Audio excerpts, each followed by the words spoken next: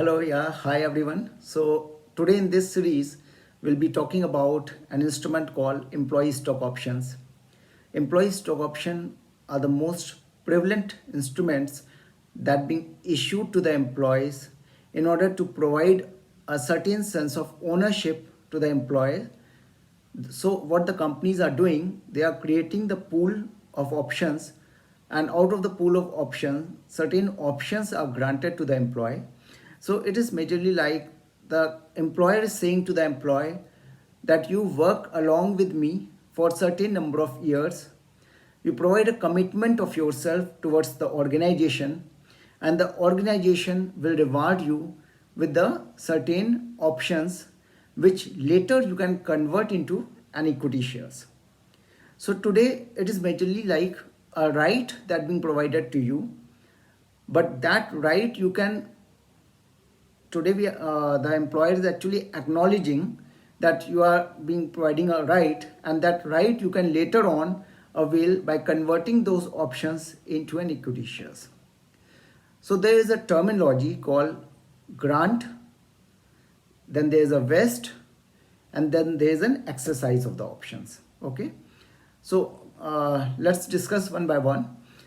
When I say grant of the option means that the employer is providing to the employees out of the pool that being created, that these much number of options I being providing to you or granting to you, and based on the certain vesting period, like suppose there is a 3 years vesting period, it will be provided to you on a certain percentage basis, and then after the end of that vesting period you can able to exercise those options.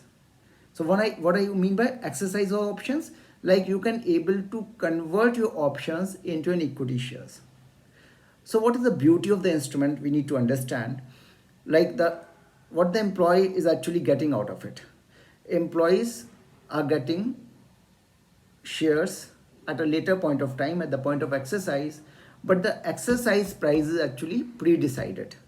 When I say exercise price pre-decided, it generally being the discounted price. Okay, so suppose today the value of the share is suppose rupees 100.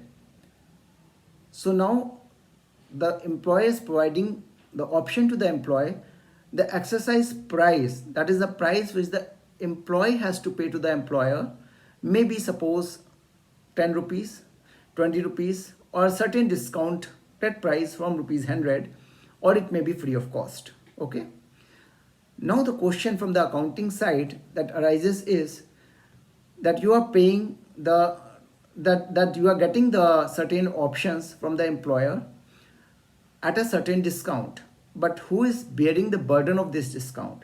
It is the company which is bearing the burden. Okay, but because these are options as on date, so this is a notional loss as on date. It is not an actual loss. Actual loss may be at the point when it will be exercised. Okay, so I, as an accounting person, need to build that notional loss into my profit and loss statement. But the question arises whether I build the entire loss that will be created on a notional basis in the 1 year or over the entire vesting period. The answer is it need to be bifurcated over the entire vesting period. Suppose the 3 year vesting period is there and the entire compensation loss that is coming is 12 lakh rupees. So 12 lakh divided by 3, that is 4 lakhs on a per year basis you will be booking in the profit and loss statement. Okay, so this is the notional loss that the companies are booking in the P&L statement. Now the ICAI guidance note says that you have to book these notional loss, and you can take the benefit of this loss by booking in the P&L statement. Okay, now comes the point when the options that being provided to the employee, the times comes when it being exercised, the vesting period is over and they are able to exercise the options. So this is the point when again what is required is the valuation needed to be done. So under the valuation there are 2 points at which the valuation needed to be done. One is the point at which the grant of the option take place. Another is the point when the exercise of the options take place.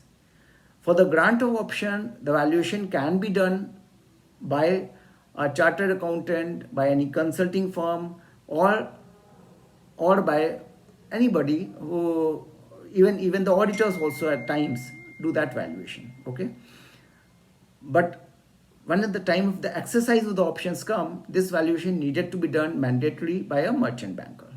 Okay, so this is like who will be doing the valuation for.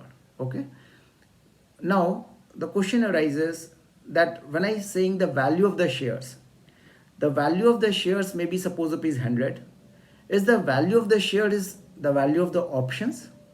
No, because you are not providing the employees the shares as on date when you are granting the options.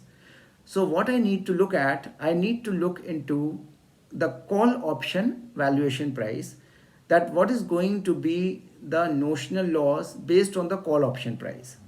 And that how we calculate it?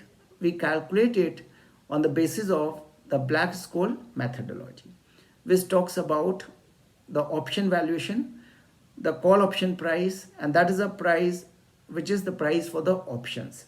That is the, and this Black-Scholes actually finds the notional loss directly that needed to be booked. Okay, so this is majorly the concept that needed to be followed, and the compliances need to be followed by the company, and the valuation need to be carried. Okay, so when you start with your employee stock option, the very first part is you have to design and you have to make and prepare your employee stock option scheme. Once the scheme is prepared, then you can grant those options, and then according to the scheme you can provide a certain vesting period, the exercise point, the exercise price, and the valuation that you are carrying from the relevant valuers. Okay, so this is a basic concept of the employee stock option. So we can discuss and deliberate later on in my next series, like how the accounting need to be done and how it need to be carried. Okay, thank you, stay tuned.